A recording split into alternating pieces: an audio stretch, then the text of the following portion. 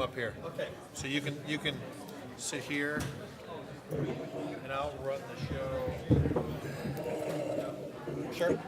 Hey Phil, I was out there talking to this guy about some of the equipment. He showed up and asked it. He grew up and asked it. Oh. You believe it? Oh, great. Okay, great.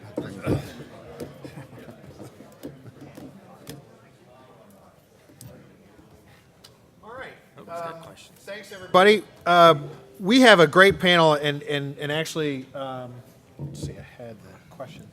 You guys did a good job on your homework, so we'll get as many of these as possible. But I want to introduce, there are two folks who we haven't heard from yet today, and I just want to kind of read their bios. Some of them are going to be on the program later. But the first is Don Broyles. Is that correct? Very good. All right. Vice President of Fossil Generation and Transmission from Fluor's Power Division. And Fluor's one of the sponsors, and we appreciate that here. Don has been, he's responsible for, the business line is responsible for major plant upgrades, retrofits, modifications for clients who need to improve plant performance and comply with clean air regulations. And they have extensive experience in gas and solid fuel power plants, waste energy fuel conversion, and transmission projects. He's been with Duke before he was with Fluor and has extensive experience in the industry. The other person on who you haven't seen is Larry Weis from Austin Energy, the general manager of Austin Energy. Austin Energy is one of the largest publicly owned electric utilities, serving more than 420,000 customers and a population of almost 1.8 million in Austin, Texas, and the surrounding communities. It's recognized for excellent electricity system reliability and for some of the most comprehensive energy efficiency and renewable energy programs in the nation. And I can attest to this. I've been down to Austin, but I've also seen presentations, and they're actually really doing exciting things in Austin. And keep Austin weird is the slogan down there, and so they have the ability to be a little bit innovative and not your typical publicly owned utility. So we're very excited to have you, and we've heard from the other folks. So we're going to go directly into questions, but there is a little bit of breaking news that it's been breaking slowly, drip by drip over the last probably 48 hours or so. But Chairman Wellinghoff formally submitted his resignation today as chairman of the Federal Energy Regulatory Commission. And so having a commissioner here, I think it would be remiss not to, and it will just stay in this room, really, I promise. To the extent that you can comment on, and obviously we don't know who the replacements are going to be or what the track is, that's going to be up to the White House. But if you could just talk a little bit about any comments that you might have, or how you think the dynamics may shift on the commission from that. Well, thank you. I thought about bringing it up in the remarks, but it's perhaps a little more relevant for Q&A. In one sense, not a lot will change, but in another sense, a lot will. The way it works at FERC is that our terms expire on June 30th of every year, and we're all staggered. There are 5 of us, there are 5-year terms, and Chairman Wellinghoff's term expires this June 30th. But we can continue to serve legally until there's a replacement sworn in, or Congress adjourns for the year, presumably in December. So Chairman was willing to be offered another term. He wasn't offered it. He's now kind of made it clear to everyone what his intentions are, that he will be leaving. And yet it will be, having gone through it twice, it's a pretty extensive process to be cleared and then nominated, going through the Senate committee hearing process, and then getting caught up, regardless of your positions, in the politics of the U.S. Senate. And so I could see a scenario where we actually don't get a new commissioner until late in the year, or perhaps even next calendar year. In the meantime, does our chairman stay around? If so, we'll be essentially on the same course we're on. Someone perhaps could be brought in to become a new commissioner and then designated by the president as the chairman. That would be extremely challenging unless that person had actually worked at FERC, because it's a very process-oriented place where You really need to know how to run the place, because the chairman does run the agency. All the staff, except for the few that work for the other commissioners, actually report to the chairman. So that leaves then our two Democrats, John Norris and Cheryl LaFleur, as likely chairs. I think the most relevant observation, though, is that you're not going to see a big change in policy, particularly on these issues. Commissioner LaFleur comes from New England, where they've gone obviously very deep into the gas world for generation. The 6,000 megawatts of fossil that's still up there, whether it's oil or coal, is essentially being phased out. Not completely, but that is a very gas and somewhat nuclear dependent region. Commissioner Norris comes from Iowa, that similarly has been in transition, largely because of the great amount of wind that's been developed and planned for Iowa. And so issues related to intermittent generation would be relevant, but he's been, I think it's fair to say, not so much silent on these kind of MATS issues, but pretty much supporting what the EPA has been doing. So in terms of our discussion today and over the next day, I don't think you're going to see much of a change regardless of who takes our current chairman's either the seat at the commission or who gets the gavel. You can pretty much plan on what we've been dealing with today is essentially more of the same.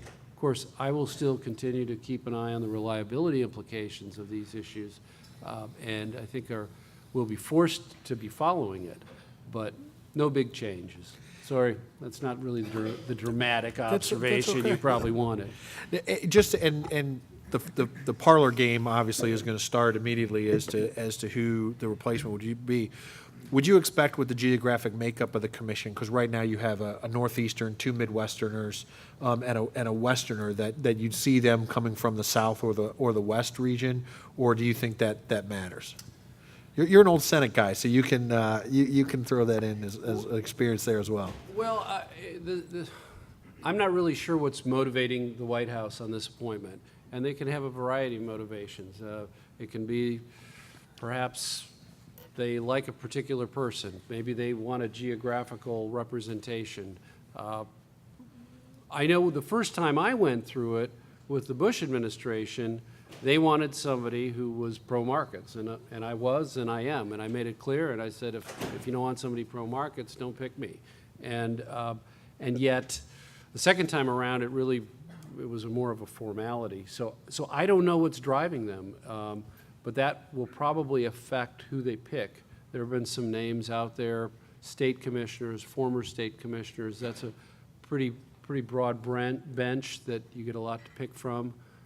Commissioner LaFleur kind of surprised a lot of people, but she'd come from industry, which I thought was an excellent choice because she had to run a utility. She knew the different trade-offs involved in running a utility. She was an excellent pick, but we'll see. I'm sure there'll be surprises. Right. I'm sure there are a lot of state regulators who are sitting by the phone praying that the White House gives them a call, and will forever be disappointed that call never comes. All right, let's move into what we were talking about today, and we've gotten several written questions, and we want to talk about the EPA and these compliance deadlines. So I'd like to get everyone's take on the panel about what does EPA get what industry needs in order to convert and comply, and B, what are some of the strategies or what are some of the important points do you think it would be important to EPA to when you're talking about that fifth year, when you're talking about going into the compliance deadlines, how do you think the best way is to deal with the EPA on that? So A, your views on whether EPA understands what the industry is going for, and B, what are some of the strategies in order to get them to understand that you need that extra time? We'll start down here. Mix it up a little bit. Mix it up. Well, remember again, EPRI is not an advocacy organization, and so I will just weigh in a little bit of thinking on this. I think it's better coming from the people that are the industry that deal directly with EPA. I think EPA understands. They understand the issues. They've been through this before, but they've also said, well, this industry's cried wolf in the past. They said they can't do this. It's going to cost too much money. And then things are kind of settled down over time. So there is this kind of past history that we have to deal with. But I think the fact that personal visits have made to EPA by the electric companies, by analyses that not only that we have done but others have done, kind of point this out that these are really tight time frames, and if you really push the industry hard enough, that's going to have cost implications, and it has job implications, it has economic implications, and I think EPA now in the administration kind of gets that. So that would be kind of my take on is as they hear it, how the probability of that occurring. I'll leave that to others. Yeah, I mean, I think they somewhat understand. I'm not sure that they're terribly concerned about it. From that standpoint, I think they just set a deadline and say meet it. And for my particular organization, the compliance time frame, especially with the 1-year extension, is not that onerous just because we already have units that are either fully controlled or headed that way from a SO2 standpoint. So not that bad. But if you're an organization who hasn't done any of that work and you have a bunch of either wet or dry scrubbers to install at multiple locations and you haven't started yet, it's going to be tough. It's going to be tough. And we're not even considering that the 5th year, so to speak, or the year beyond the state allowed. It just, all the feedback and advice we've gotten says that's a long shot. You're not going to get that, so you might as well create a plan that allows you to comply within the time frame you have, or look at doing something else with the unit, find alternate generation. So, Am I close enough? Yeah, I think so. As a utility, vertically integrated with our generation, we have put scrubbers on our coal facilities. And we're members of an interesting group some of you have probably heard of called the Clean Energy Group. It's large privates and public utilities that have developed a common environmental policy, and we're advocating rules that are fairly coherent to a timeline so that we know what to expect going forward. One of the problems that we probably all know in the energy business is the unpredictability of the ups and downs. When gas is cheap, things happen. When other things happen. But from a financial standpoint, to protect our consumers, we really need to have a solid vision of where the future goes, because these investments are significant.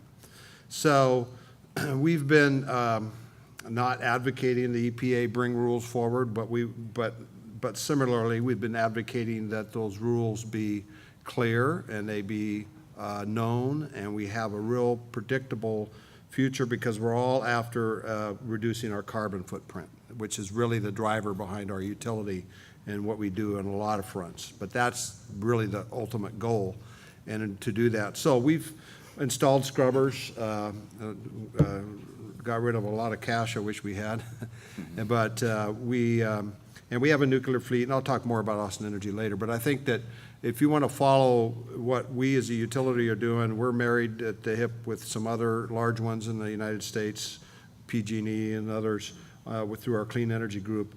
Likewise, we're members of the Large Public Power Council, which is the largest publicly owned utilities in the country. It includes Puerto Rico, which actually is the largest public utility if you consider it the United States. They're huge. And so we've developed policy. We've had Ms. McCarthy from EPA come and talk to us, but that group is very divided.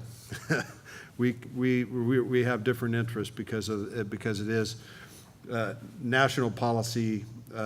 We'll talk about that later, but that we're very split in the public power world on our views. Try to lean in here.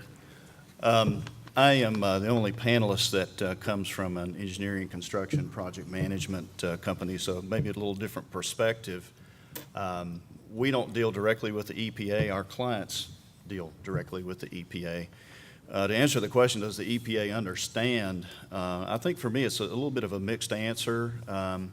I think from the standpoint of the timetable that's been laid out, and we've heard already in this session that it is aggressive.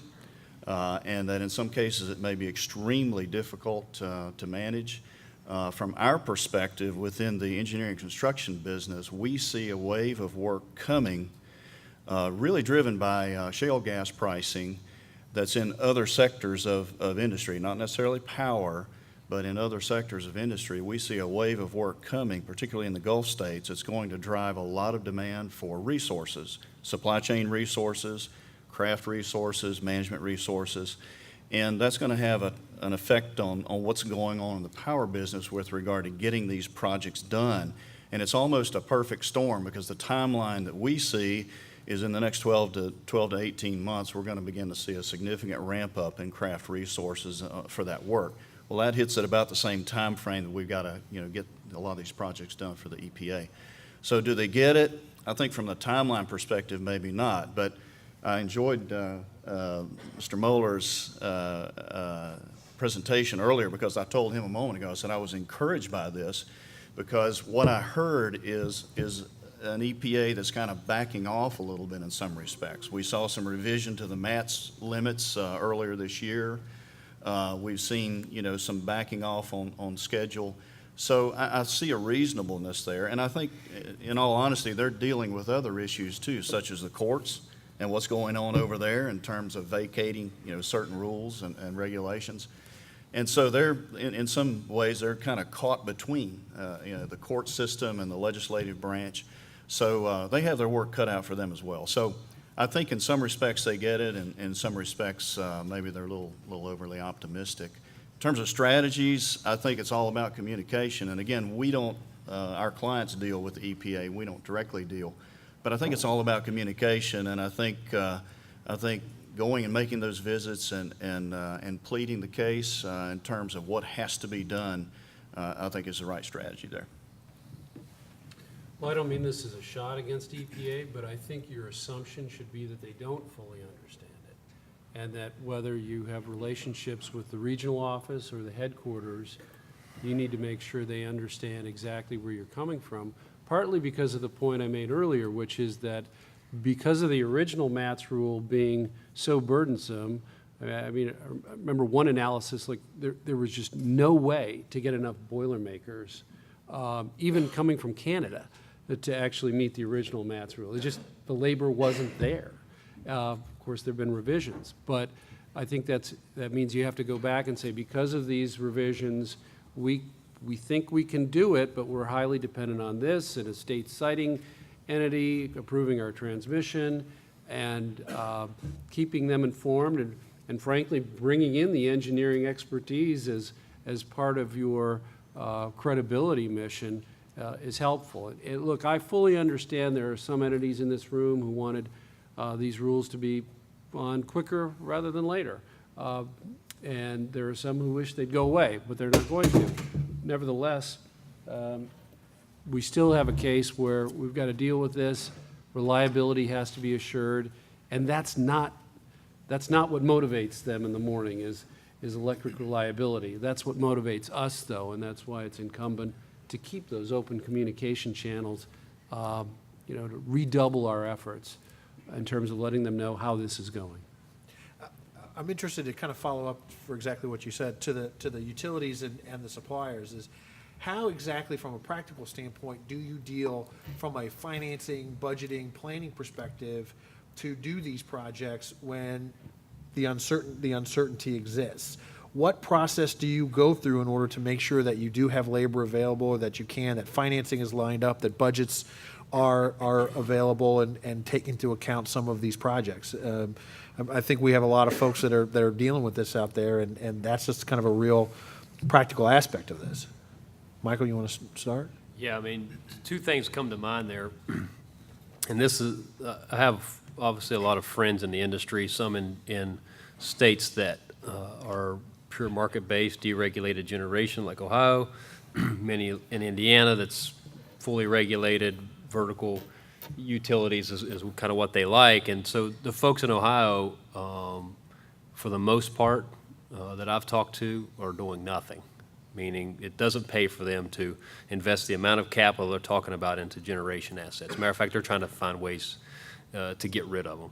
versus in Indiana, with it being regulated, we have a process and we can make that investment. The thing that the EPA missed a little bit, I think, in this rule, when we talk about the time frame and how tight it is they missed the fact that if you're in a regulated state, you have some sort of public necessity and need process that says, hey, we got to evaluate this thing, make sure the plan makes sense, make sure it's good for the ratepayer, and then we'll give you the okay to spend that capital and recover the cost.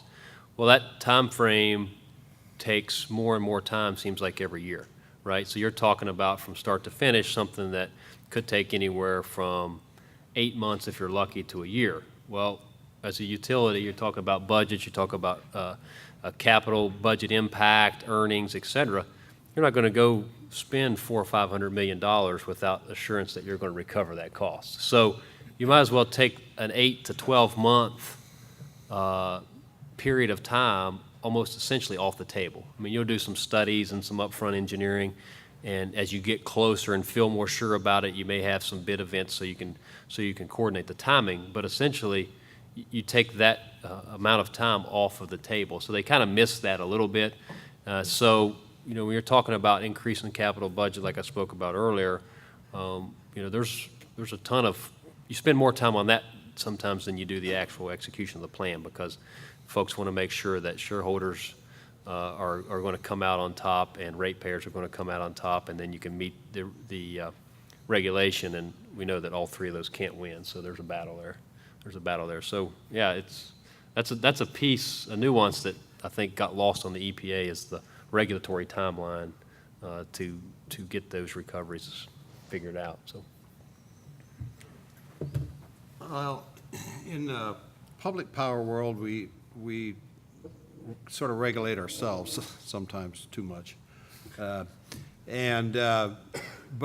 in Texas, we're quasi-regulated. That is, our service area outside of the city limits of Austin is regulated by the state commission. So we do have to pay attention in Texas to those issues.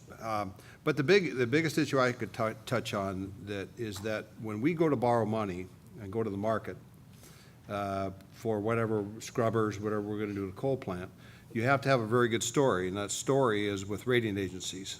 And we have extremely good credit, and maintaining that credit is very important to us.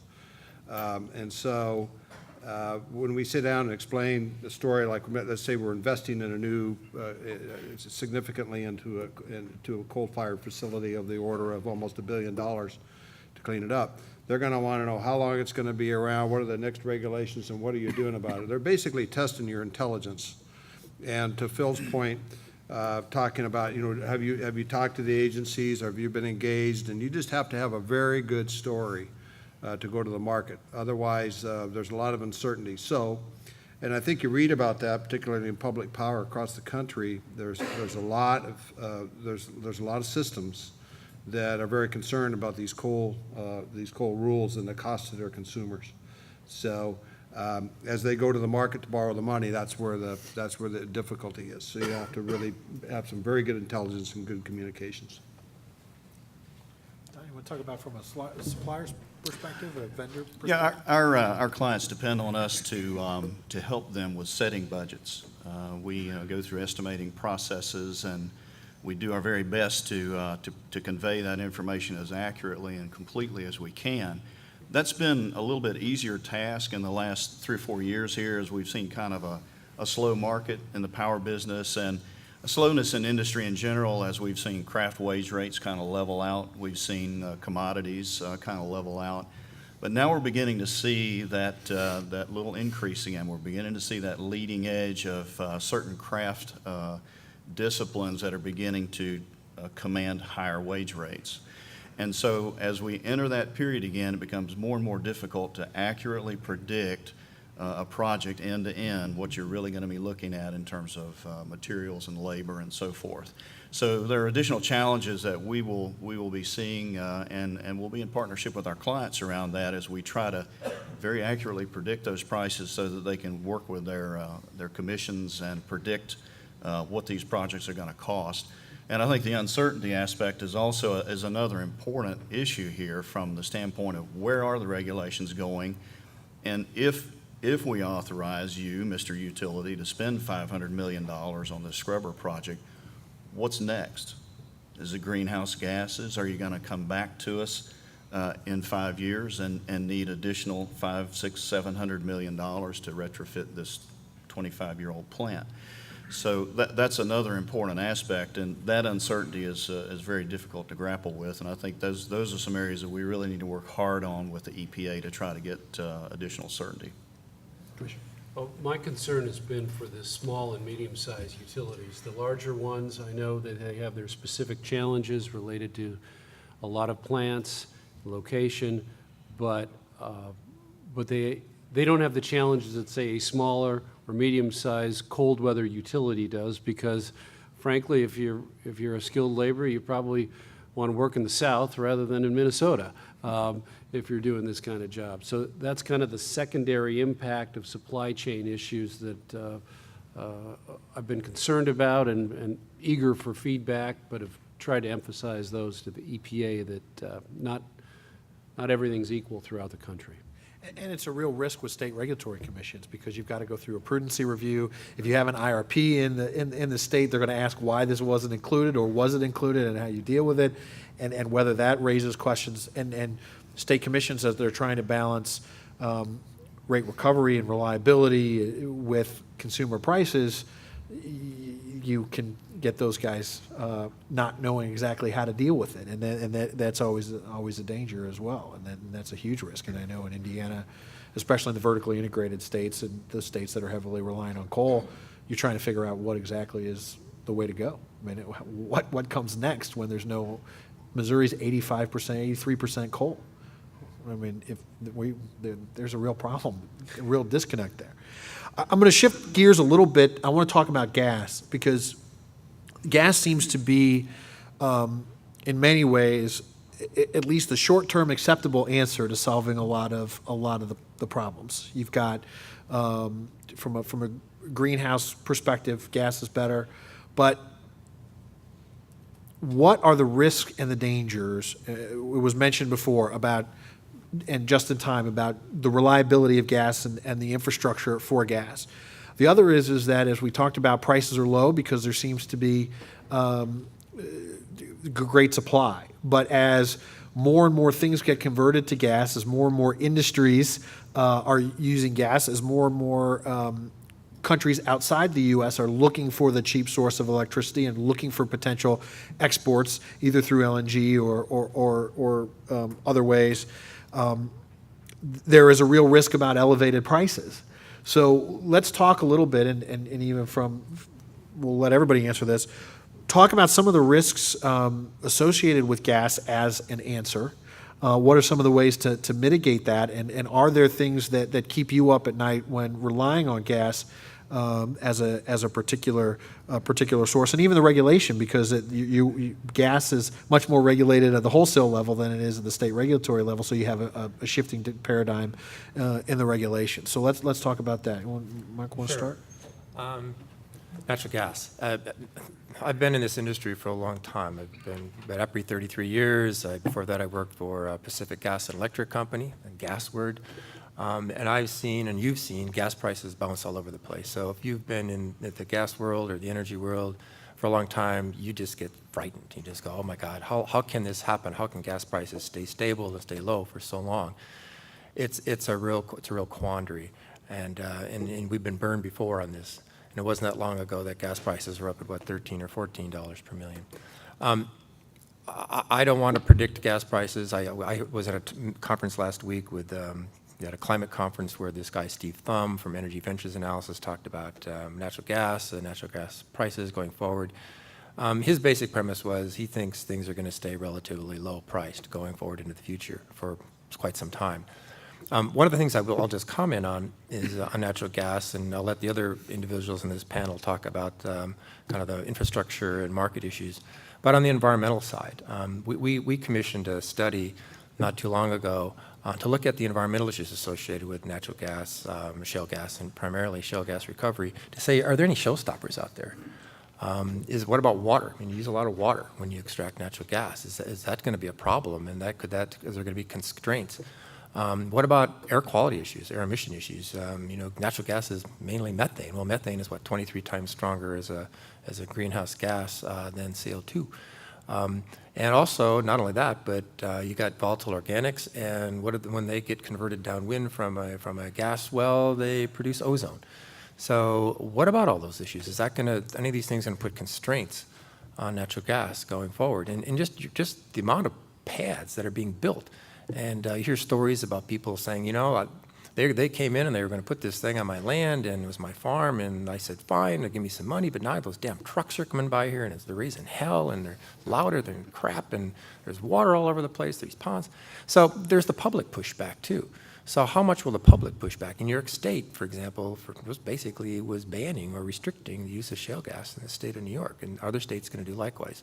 So the bottom line of my point here on the environmental stuff is that we didn't find any showstoppers on the environmental side related to shale gas extraction. Water, it can be a constraint in some areas, particularly in Texas, for example, where there are some water-constrained areas. Now you need a lot of water. There are now new technologies that don't require water for the fracking operations. But there seem to be no entirely showstoppers. Air quality issues can be managed. Contamination of groundwater can be managed. People drill wells all over the country for oil and gas today, and that just really the industry seems to have that under control. So that's my perspective, is that from an environmental standpoint, things look like they can be managed, but I'm a somewhat of a historian, and looking back on gas prices, you just get really, really nervous. And NIPSCO, the company I work for, is an electric and gas utility, so we have a lot of gas customers, actually more gas customers than we do electric. And then our parent company, NiSource, is obviously mainly a natural gas company in transmission distribution. So Commissioner Moeller hit a lot of the big issues that we see now. One of the biggest ones, as we see more of a mix going to natural gas, is the misalignment between the electric day and the gas day. And getting those things in line will be critical, because you're going to end up, it's going to happen. You're going to end up with a gas plant that needs to come on for reliability, and the capacity is not there on the pipe to serve the gas plant. That's critical. That is a near-term issue that needs to get fixed, but it's not simple to solve. And then the other piece is that infrastructure. Is how do we get the infrastructure built out, especially with the pipeline safety rules that are coming out, and many of the old lines that need repair or renovation, and get the capacity online to serve these large, you're talking about people putting in 1,000, 1,500, 2,000 megawatt gas sites, and the amount of pipeline capacity it takes to feed a system that size. And then the other piece is just from a long-term standpoint, the nervousness around gas prices and what's out there. And don't put all your eggs in one basket didn't become an old adage because it wasn't an old adage. And so anytime we swing too far one direction, I think you're just setting yourself up. No matter how rosy the picture looks, you're going to set yourself up. And so I still believe that there needs to be a balance. There needs to be a balance between gas, coal, nuclear, renewable, what have you, because they all have their advantages and disadvantages. But I would say the number one issue right now is getting that gas and electric day lined up so that you can make sure that you're filling the needs when the needs come. I just have a couple additional comments. One is, from a development standpoint, when you're developing new generation, when you build a nuclear project, we have a share of a nuclear project, about 90% of the cost of the nuclear project is your capital. So you've got to go out and borrow huge amounts of money. Gas is about 20%. So in other words, you can go out and buy a machine, any size you want, the bigger the cheaper, and then 80% of your cost is fuel.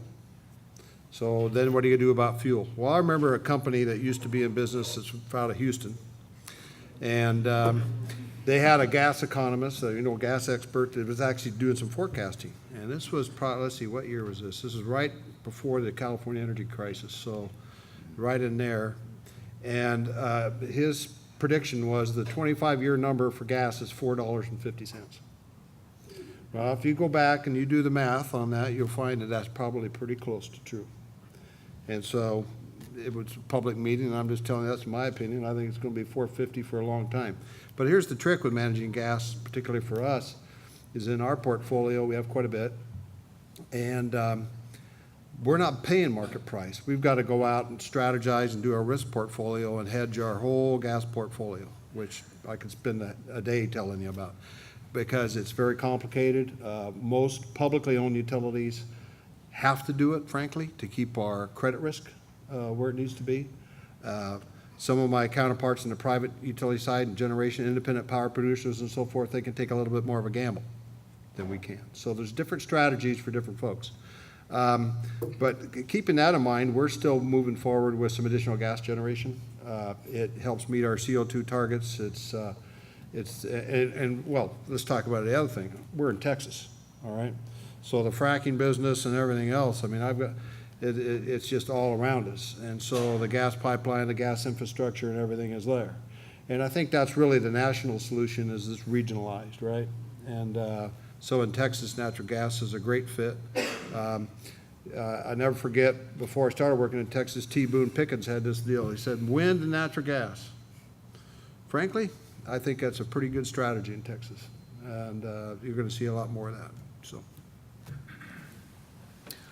Well, from an EPC contractor's perspective, I'd just like to say that I love gas. As I mentioned earlier, we've been through a period of a couple of years now of just a very slow market. A lot of uncertainty, as we've talked about. Coal, there's nothing going on there in terms of new generation. Even the environmental projects have been slow to come. So now we're seeing a real uptick in our business around gas plants. That's really, I guess, a significant bright spot for us. In fact, I brought one of my sales guys with me. He's down here taking orders, so see him at the breaks.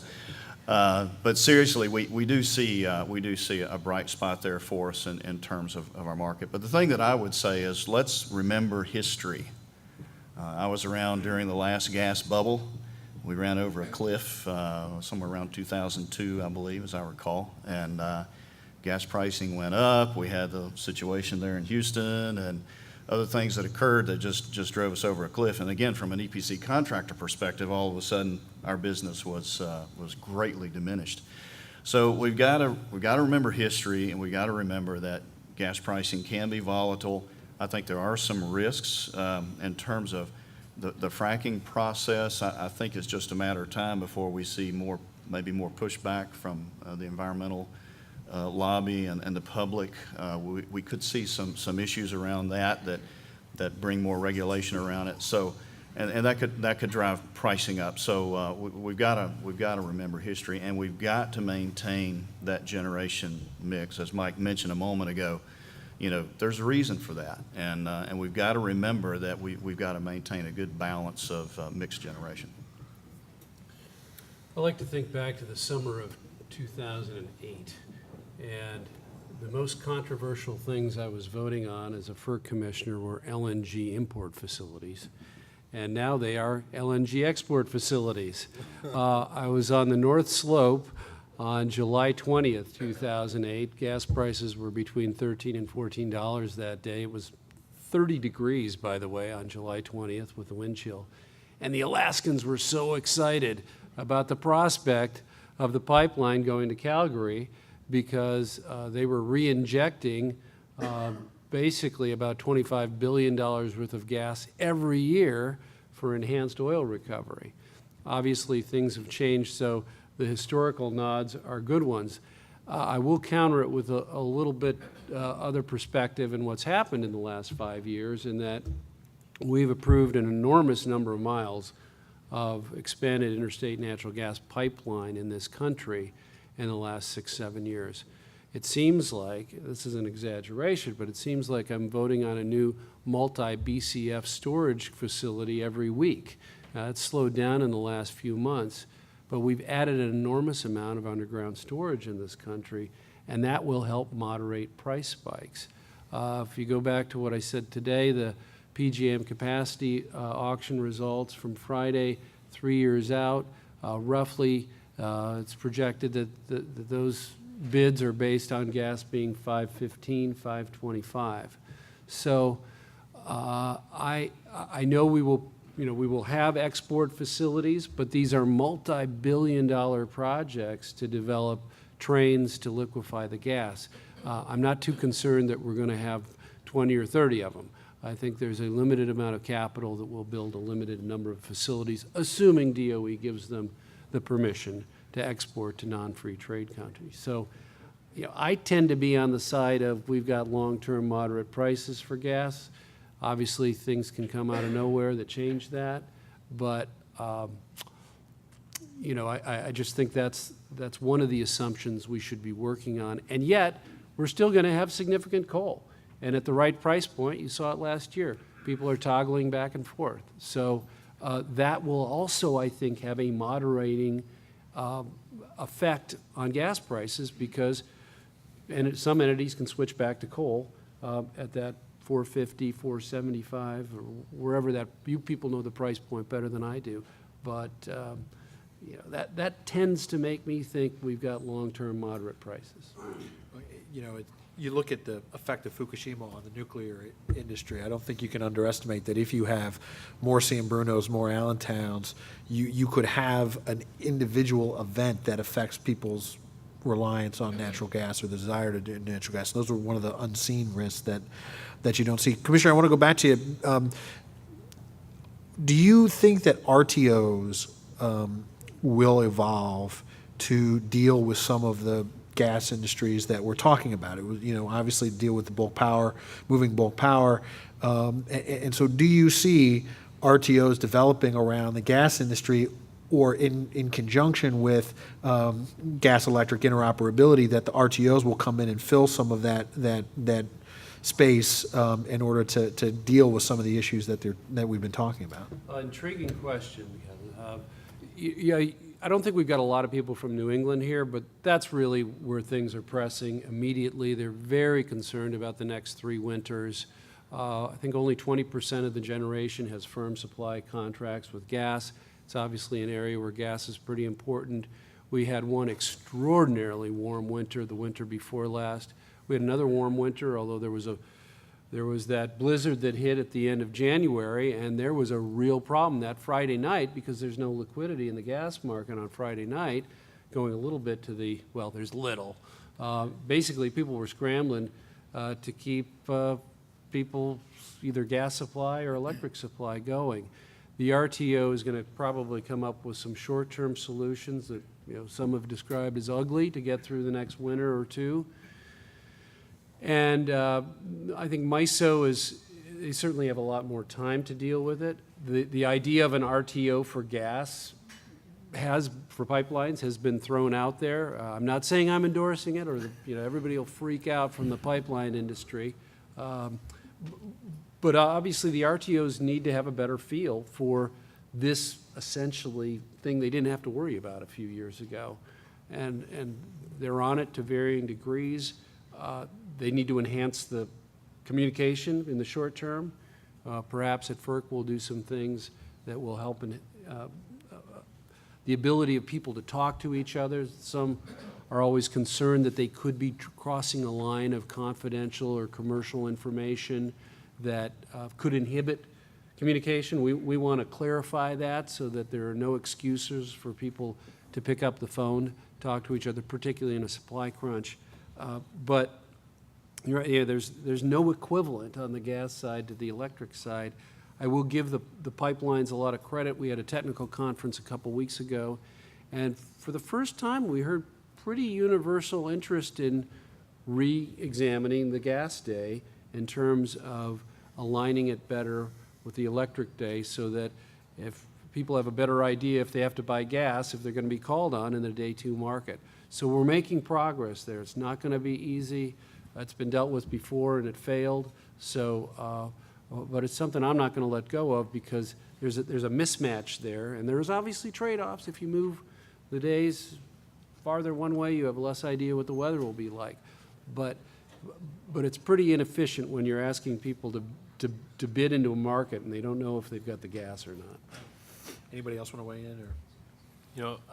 One comment about RTOs is being also in the transmission business as well, is before we think about venturing into gas RTOs, one issue that's critical that needs to be addressed or solved, and I think it probably will fall in FERC's lap at some point, is these seams issues where they touch, and how do we allocate costs if we want to encourage investment and expansion and that type of thing. So I think once that gets solved, or some guidelines get set up around that, I think then you could venture into that market. But if you're talking about large pipeline investment or managing that, I think the pipeline folks looking at the electric industry and their correlation between transmission of electricity and transmission of gas, they're going to say, yeah, I don't think we want to vote for that until we get that figured out.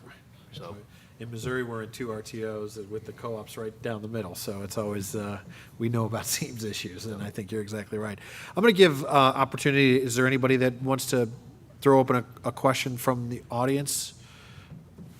Right here. Two-part question. Has anybody given any thought? Has anybody given any thought to the fact that some of the legislation and the timelines may have had something to do with the unemployment rate in the country ongoing, but also going back to when the legislation was beginning to be promulgated? That's the first observation that I had, and I don't know what the total employment number would be for the supply side, it being equipment, turnkey, EPC, and everything else. And the other issue is natural gas being exported helps balance of trade. And when there is a 4 to 5 price multiple for that gas somewhere else in the world than there is here, I can see the government, our government, wanting to support that export for balance of trade issues, because it is something that we have to sell rather than buy from someone. Anybody want to? I'm shocked that you might think that politics would have anything to do with some of these regulations. I don't know where that would come from. Anybody want to weigh in? Well, I'll take that second part first. I think what you're seeing is a pushback from certain people who like low-price gas to keep it inside the country. Probably Dow Chemical being the most prominent of those entities, saying we should not be exporting much. And certainly some of the gas users on the industrial side generally, and also on the direct usage side, enjoy the low prices and fear a price increase if those exports are allowed. There's a few studies out there. I think the DOE is relying on a couple of them. One I think pegged exports maybe going up 10 cents for gas, so a minimal amount. And that's part of the debate, is do you keep it in the country or do you allow it to be exported? And at one of the Senate hearings where I think one of the Dow executives was, one of the senators said, you know, I think those chemicals are too important for us to be exporting. I want to keep those at home. So the point being, you know, they export a lot, that they don't want LNG to be exported. He was pointing out a contradiction there. It's all in DOE's hands. Well, now that we have a new secretary, we'll see. They gave the approval to the new facility a couple weeks ago, and now there are still about 5 pending applications there, and we'll see how they balance it. There's a lot of theory that they'll cut it off at 8 BCF or somewhere in there, but fortunately it's not. FERC's call is solely on the safety of the facilities, with an environmental component, of course. But we're not in the role of deciding national policy as to whether we export or not. It's all in DOE's hands. Address the question about unemployment. We've certainly seen that, and we believe that there is a direct link, you know, there. And we're not saying that it's an intentional link. We just see it as a direct link because, again, our business has been very soft for the last several years. And we see that related in some respects to regulation and in other respects just due to the overall economic circumstance and a leveling of load. But as we look into the future, as I mentioned earlier, we see a large wave of work coming, and it's not necessarily all in the power sector. It's in other sectors of Fluor's business. But in the next several years, we're, with the amount of work that we've got in feed studies right now, we're estimating about 50,000 craft personnel, and that'll peak in about 2017 in the Gulf states. Now, you add to that the additional supervision and management personnel to watch after that craft, there's another 7,500 to 10,000 personnel. Yeah. Oh, you got I see. You know, I I think understand where you're headed here now. Yeah. That's true. I also, though, I think this is an interesting perception issue also throughout is EPA is doing a lot of this stuff in response to mandates coming down from the court that pre-existed all of this stuff. So you're talking about, and in some ways, if you're from a state regulator, when a utility comes and says, oh, we were caught by surprise by all of this stuff, it's pretty disingenuous because that either means that you're not telling the truth or you haven't been doing your job following what's been going on with some of these regulations, because they've been coming down and they've been challenged, and really Sierra Club and the other folks have been going to court and saying EPA's has not been enforcing the regulations that Congress told them to enforce, and courts are agreeing with them and are putting down specific mandates that say you must do X. This is what the law says. This is what you're required to do. And so, and I think from a public perception problem, there is a disconnect between, and you see it especially and we brought up politics, where there's this kind of politicization where EPA is viewed as a rogue agency that's going out that's doing a lot of stuff, when a lot of this stuff is driven by court decisions that have forced them to do it. I don't know if anybody wants to comment on that or answer the other question. I wanted to, before I forgot about it, go to his point about jobs and craft, and just say that if you have people that want to get in this industry, I will tell you that the craft side of this business is sorely hurting on the utility side. And what do we do as utilities is we depend on Fluor or other companies to do our work for us, and then they have a hard time. So I'm not going to mention any names, but I can tell you that our quality control that we've had on power plants for outside contractors coming in and performing has been bad lately. And I believe the reason for that is they've got so much work that they blow through a job for us and then they're on to another project and they're not hurting at all. The other problem that we have just as a utility for all of our generating plants, we operate them all, is the turnover and the certifications from NERC and everything else that we have to have is really putting a strain on the utility industry. So it's a great job for young people to get into, great industry to get into. There's a really big future.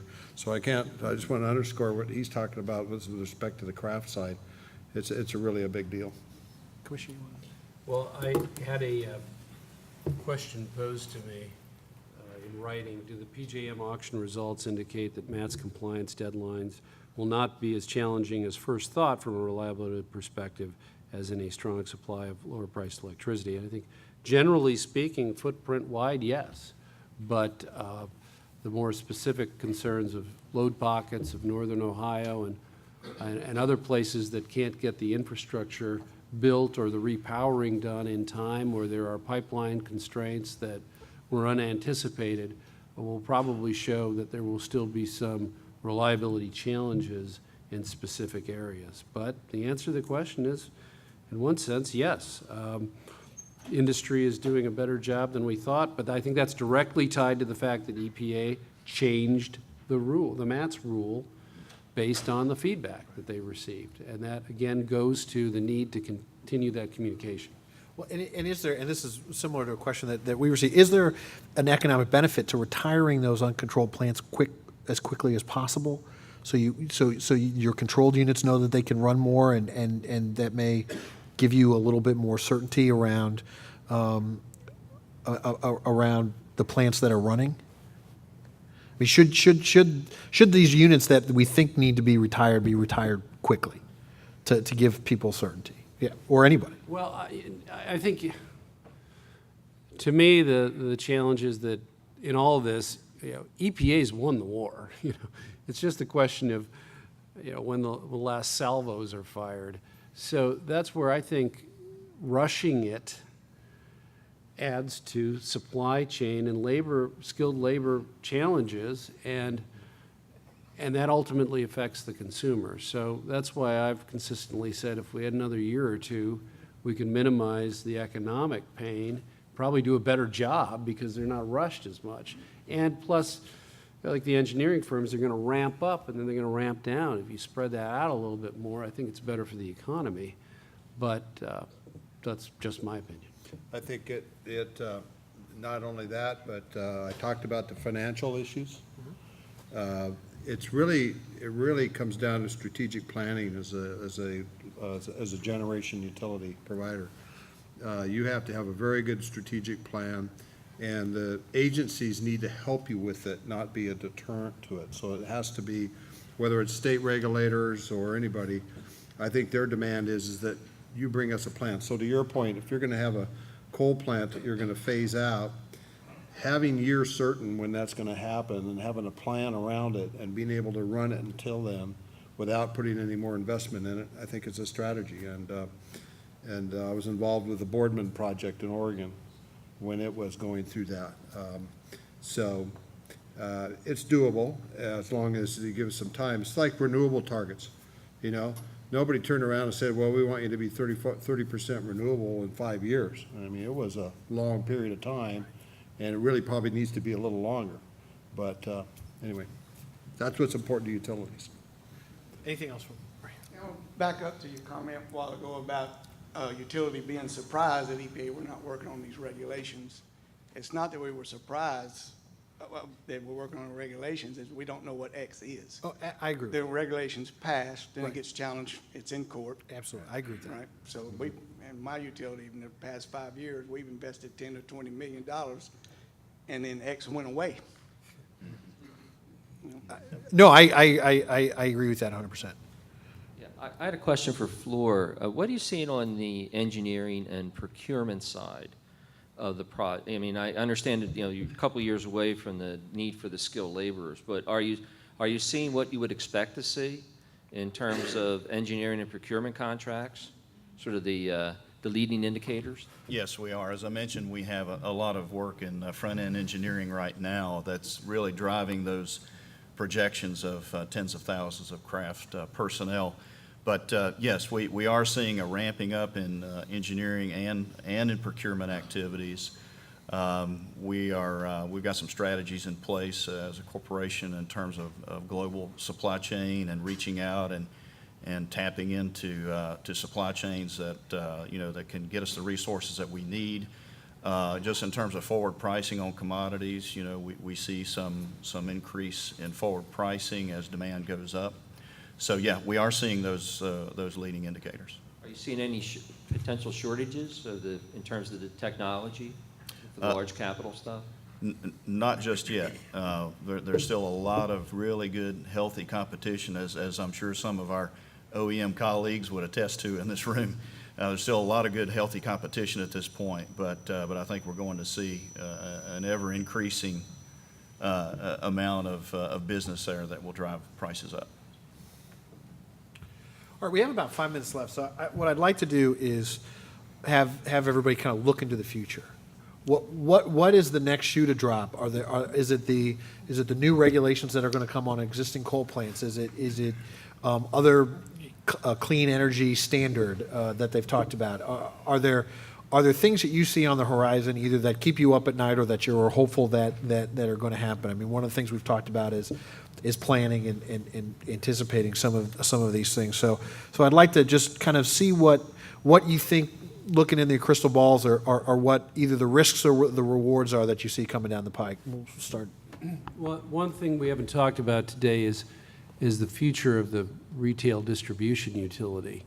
And there is increasing concern, I think, particularly from the EEI members, that because of large-scale deployment of distributed generation, particularly in the Southwest to begin with, but places like New Jersey have state-subsidized solar projects that perhaps you see long-term economic growth being moderate or low, demand stable or perhaps going down with more efficient lighting particularly, and then distributed solar coming in and shaving off that revenue peak in the afternoon where it's been particularly important as a revenue stream.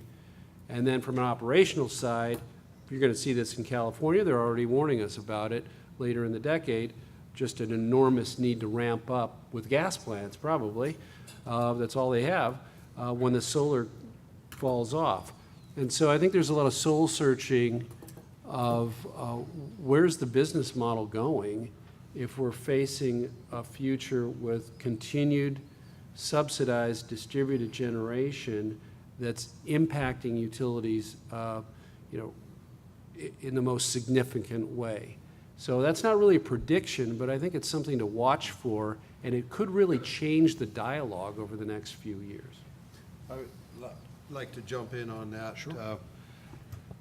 Retail pricing is an interesting subject, and it gets to what Phil is talking about there, because California utilities or any utilities where we have a lot of these renewable resources coming into play, the retail pricing, I know at our shop we went through a 1.5 year rate process, restructuring the entire retail rates, and our consumers just don't get it, frankly. They don't understand the dynamic of the shift that is happening.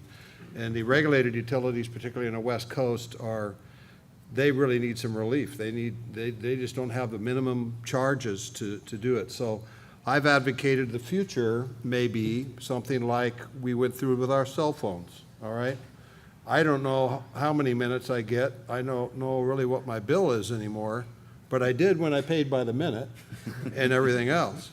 So maybe you can use all the electricity you want for a flat rate. I would bet consumers really aren't going to pay attention, and their habits will probably be like they used to be. So pricing is really something that we need to look at. And then, of course, reliability. Reliability of the system is what consumers really want most. They want their power on. And that comes at a cost.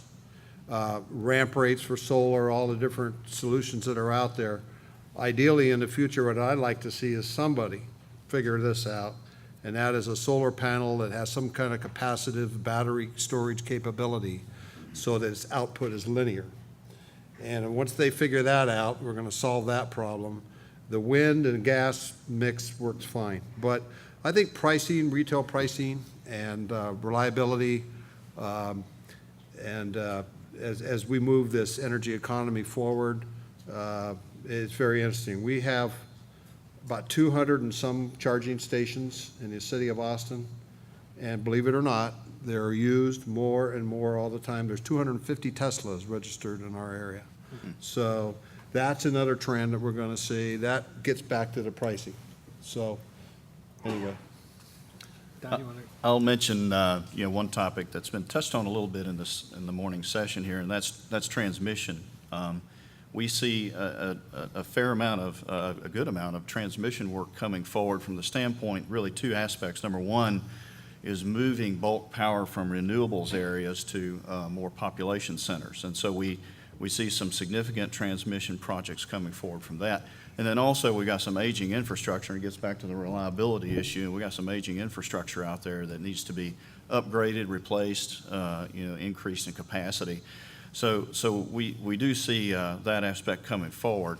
As I mentioned earlier, a lot of gas work I think we see. Nuclear, I think, is going to be a longer play. There are obviously some nuclear projects in the country right now.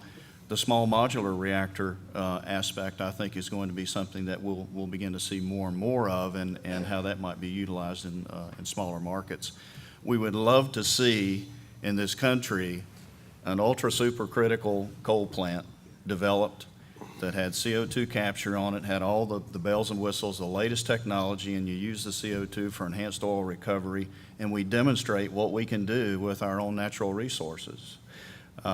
Again, coal is going to remain, but I think it would be really interesting if we could see a high-efficiency coal plant go into place with state-of-the-art environmental controls on the back end.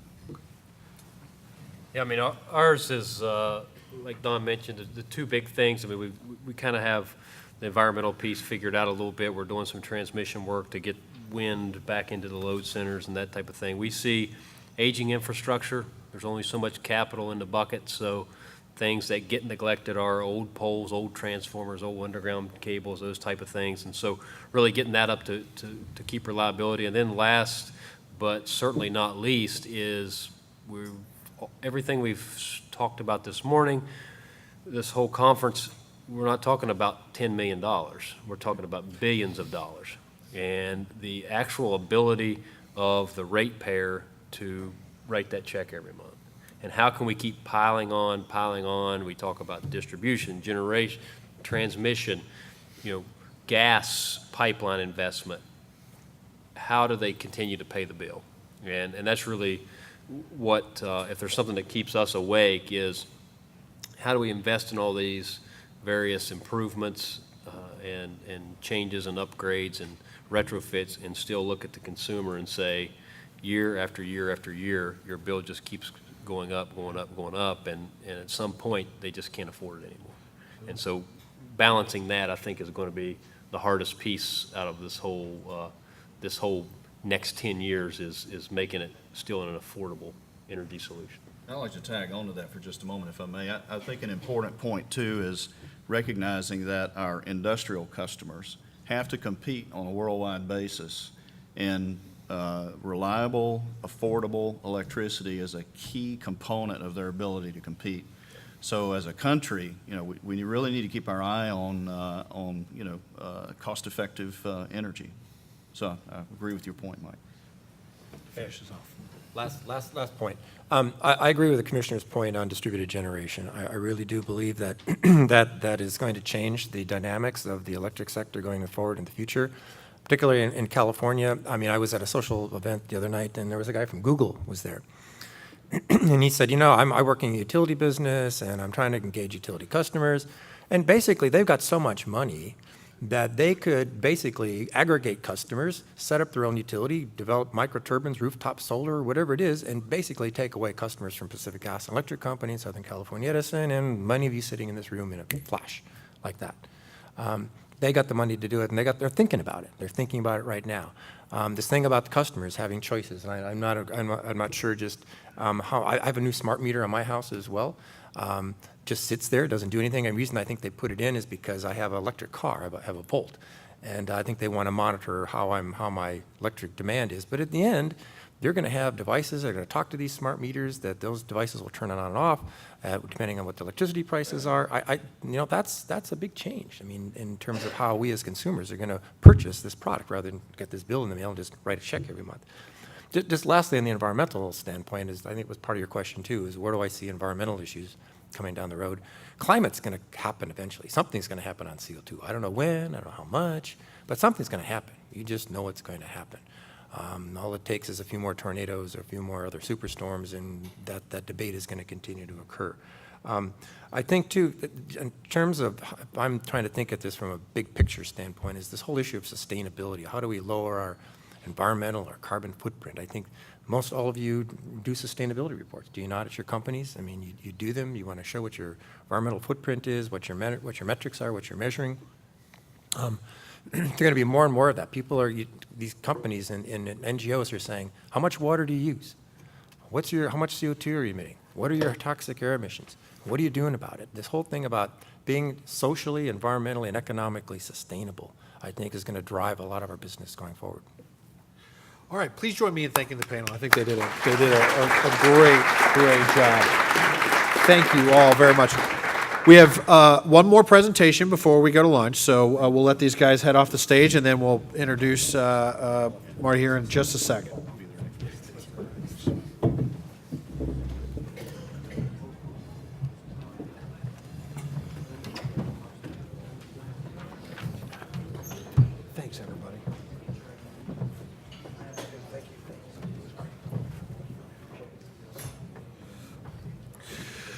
All right. Want to move right along because we're the last one before lunch, so we don't want to keep anybody. Our next speaker is Martin Considine, who was Vice President of BTU Conversion for Peabody Energy. Martin joined Peabody in August 2005, headquartered in St. Louis, Missouri. And he's responsible for increasing the utilization of Peabody's coal reserve in BTU conversion projects. Applications include utilization of clean coal technology like gasification to produce syngas for conversion by upgrading technologies to produce liquid products. I'll let him go into that if it's above here for me. Previous to Peabody, Martin was Senior Vice President of Chevron's Worldwide Power and Gasification Division, Director of Con Edison's Indian Paint Power Plant Permitting Division, and Assistant Plant Manager of FMC's Phosphate Plant in New Jersey. He holds both undergraduate and master's degree in chemical engineering from Manhattan College and earned his MBA from Pace University. Please join me in welcoming Martin Considine. Thank you very much. Your presentation's Glad up. to have your stuff there. Well, this is going to be tough after that panel. I have to say, I was really impressed with those guys. They obviously know their business, and I've seen many a panel that's gotten up here at various conventions and really thought they just kind of sidestepped the questions. So to that panel, I really give my congratulations for a job well done. Because I'm right before lunch, Eloise picked me for that, and wanting to get through a bunch of overheads, I kind of prepared comments so that I stay on track and so we can all head off to lunch. So what I'm going to do is kind of run through a bunch of overheads, and I have some prepared remarks relative to them. So the first thing is I want to say it's a real pleasure to be here, and for us, the energy business is never dull. It seems as though we have even more to talk about this year. We lurched from a global recession to a shale gas revolution.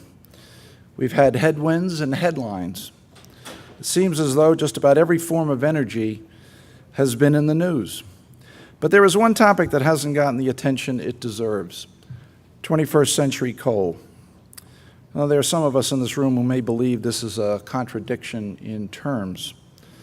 I'm here to discuss why energy from 21st century coal is essential to the modern world, the foundation of our global economy, and an engine for progress for billions of people.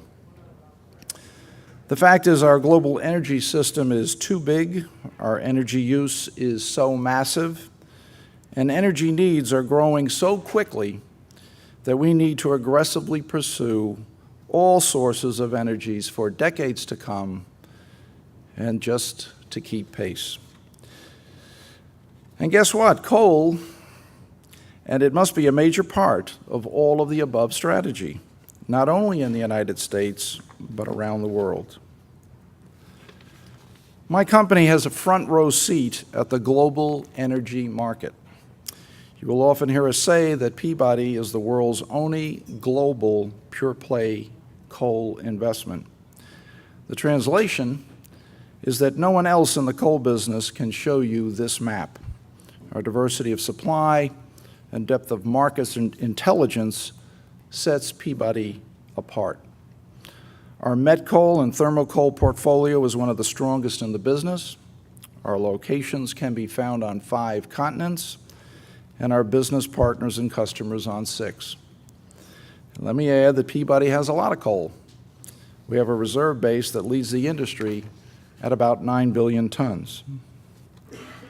First, let me define what I mean by 21st century coal. The term was introduced by the governments of China and the United States in 2009 in the context of an international partnership to advance clean energy solutions from coal. It rests on the foundation of progress in recent decades across the global coal industry in areas ranging from safety and productivity to sustainability, to near zero emissions or criteria pollutants, and an ever-increasing improvement in greenhouse gas emissions, starting with supercritical pyrolyzed coal plants. It also refers to the way coal has the potential to fuel economic progress and energy access for the nearly 1 in 5 people on the planet who do not have access to electricity.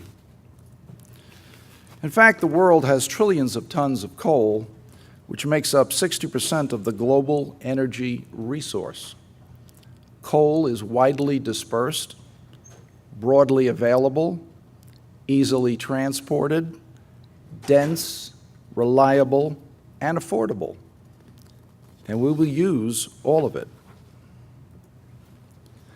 And we will use it here. America has 20% of the global coal resources, and coal is found in almost half the states. Some people call the U.S. the Saudi Arabia of coal, but that doesn't really do it justice. America has more coal than any nation has any single energy resource.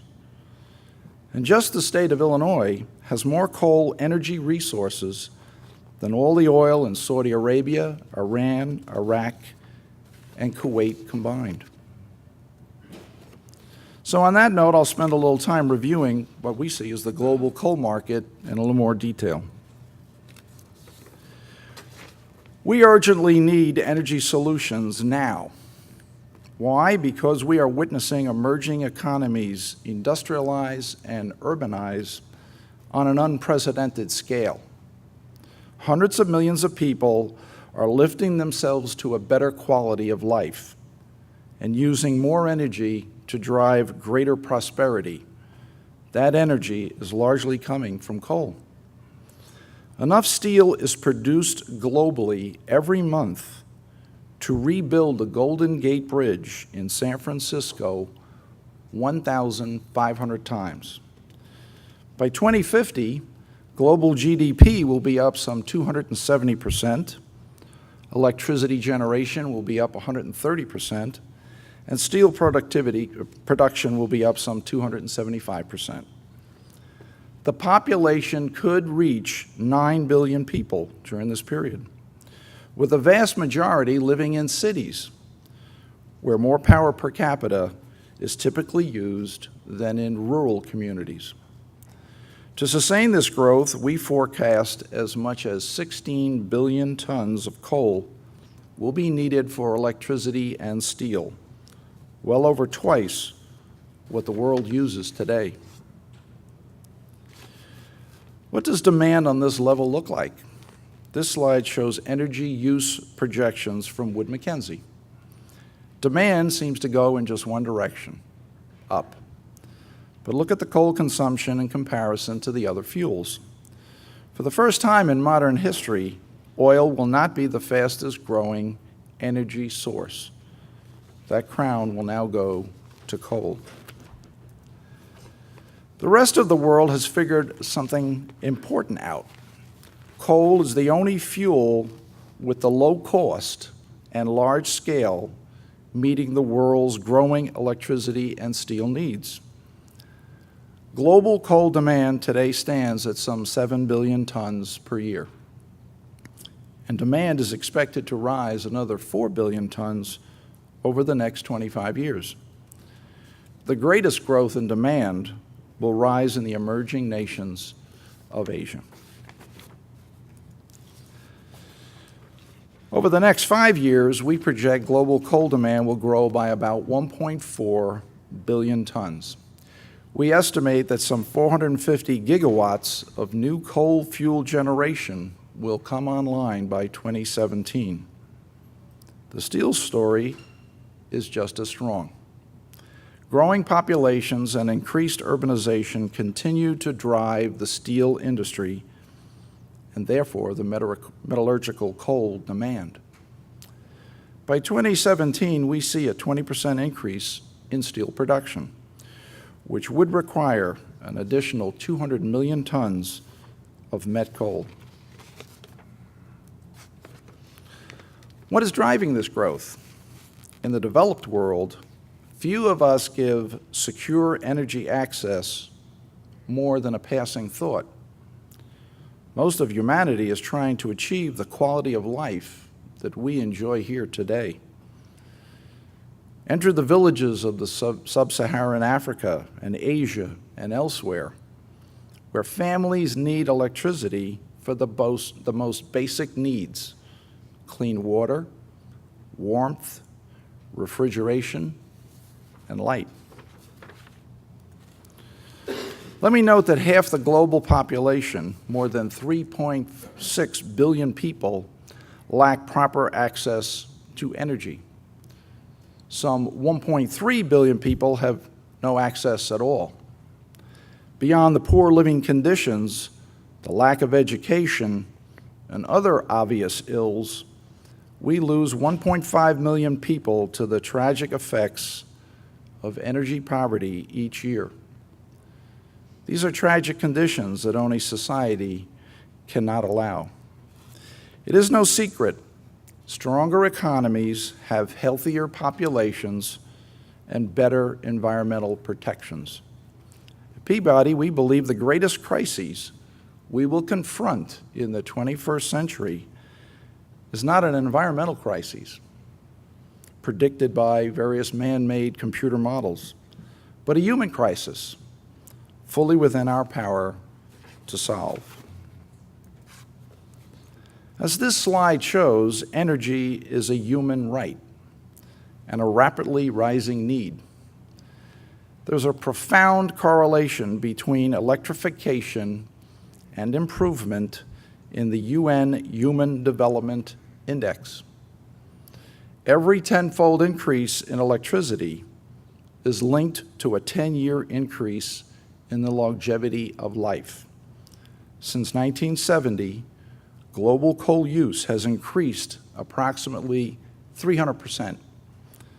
The rapid rise in coal fuel electricity matches the global rise in GDP. And as Asia builds with new technologies, many mature economies are drifting towards overdependence on expensive energy and aging fleets. This energy policy failure has severe economic consequences. Common sense tells us that the world cannot regulate, tax, or conserve its way out of economic stagnation. The solution is a balanced policy framework that encourages and rewards greater use of coal in a low-carbon way. 21st century coal can combat energy poverty and fuel an industrial rebirth.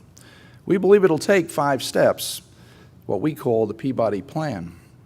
First, we must work to eliminate energy poverty by ensuring that at least half of the new generation is fueled by coal. That we need to replace traditional coal plants with advanced coal technologies. We need to develop some 100 carbon capture and storage projects around the world within hopefully the next 10 years. We need to deploy significant coal to gas, coal to chemicals, and coal to liquid fuels projects globally over the next decade. And finally, we need to commercialize next-generation clean coal technologies to achieve near-zero emissions. In the last decade, the growth of global coal demand has been mirrored by the state-of-the-art technology, environment, and safety advances in coal processing. These advanced technologies will allow us to use more coal more cleanly. As this slide shows, the U.S. EPA's own data makes this case. As major new technologies have become available, the United States has dramatically reduced sulfur dioxide, nitrogen oxide, and other emissions. In the last 4 decades, U.S. coal fuel electricity has nearly tripled. Concurrently, regulated emissions per megawatt hour declined 87%. All of this while GDP grew some 103% on the back of affordable coal fuel power. The rest of the world isn't waiting. there are some 450 gigawatts of these plants in operation or under construction worldwide. And it might surprise you that China leads in this effort, representing more than half of the world's advanced coal fleet. China is developing the technologies of the future. In the past few years, over 22 gigawatts of advanced, affordable, and reliable coal power has actually been added to the U.S. power grid.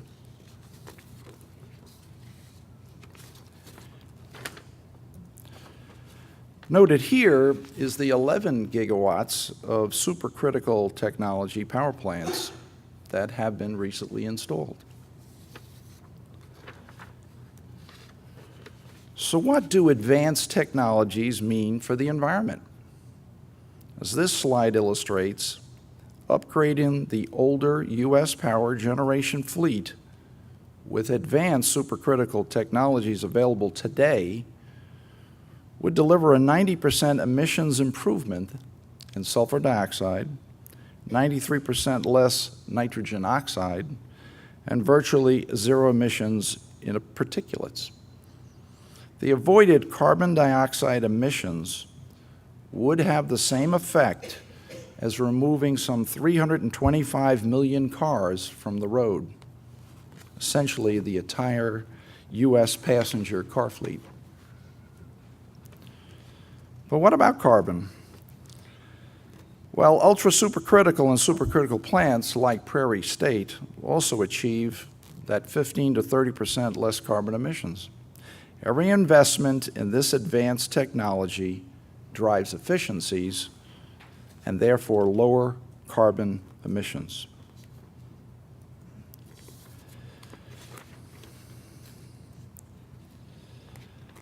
So wherever you stand on the climate debate, I think the people in this audience can agree that using domestic resource, U.S. technology to drive emissions down over our existing coal fleet would actually be a good outcome. What we call green coal, or the application of carbon capture, storage, and utilization, builds on this trend. This slide shows a clear path to near zero emissions, moving to carbon capture and storage demonstrations, and ending by retrofitting our existing coal fleet. At Peabody, we're proud to have been part of the Prairie State development, one of the cleanest coal-fueled power plants ever built, and the largest to come on in the United States in more than 3 decades. Prairie State's mine mouth design delivers security. The plant owns 30 years' supply of the coal, protecting it from market swings. Of note is the nearly 200,000 tons of carbon dioxide saved per year by transporting this coal from the adjacent mine instead of by rail from locations like the Powder River Basin in Wyoming. Shown here is a picture of the Prairie State facility. It commercially started up in 2012 and continues to exceed performance targets. This map says it all. Prairie State now generates power for more than 2.5 million families and businesses in 9 states. This is a map of success and a path for the future. At a time when natural gas is volatile, wind is variable, and solar generates more headlines than power, advanced coal is viable, achievable, and a smart solution for the long term. Equipped with some $1 billion in environmental controls, the Prairie State Energy Campus ranks among the cleanest 6% of all U.S. coal plants and is expected to achieve the lowest fuel consumption and operating costs of any U.S. coal plant during its first full year of operation. Also note the operating plant is achieving lower sulfur dioxide and nitrogen oxide emissions than in its permit levels. Peabody is also a founding member of the Future Gen Alliance, America's answer to near-zero emission coal power plants, led by the Department of Energy. This will be a first of its kind near-zero emissions coal-fueled power plant built at Meridosa, Illinois, using oxy-combustion technology to capture some 90% of the plant's coal emissions. The technology is cleaner than most conventional natural gas combined cycle plants, and it has a lower cost than other forms of post-combustion carbon capture.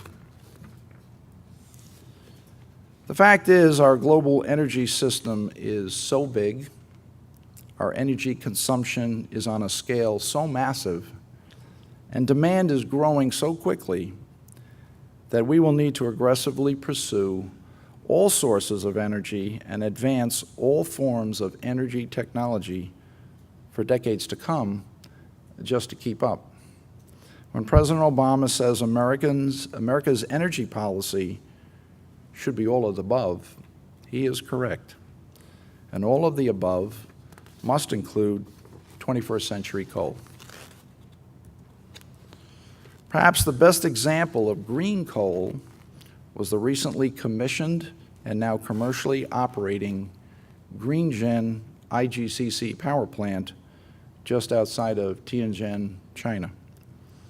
GreenGen is a major coal gasification plant that will ultimately reuse the carbon dioxide for enhanced oil recovery. It will be one of the world's largest near-zero emissions plant. Peabody is very proud to be the only non-Chinese partner in this project. Coal's versatility only adds to its attraction. As this slide shows, new technologies allowed coal to be transformed through coal conversion applications into transportation fuels and even natural gas. An additional advantage of this technology is that the carbon dioxide produced can be readily captured for further use for enhanced oil recovery in a much more cost-effective way than from a general combustion process. We see carbon dioxide as a useful product and not a problem. Carbon capture, utilization, and storage is a proven and profitable option, as demonstrated by the oil industry in its enhanced oil recovery operations. With today's crude prices around $100 per barrel, this CCUS option is becoming even more economic. So to sum up, the long-term market fundamentals for coal remain strong, and advanced clean coal technologies will deliver economic progress, energy access, and environmental goals. Thank you very much for your time. Please answer any questions.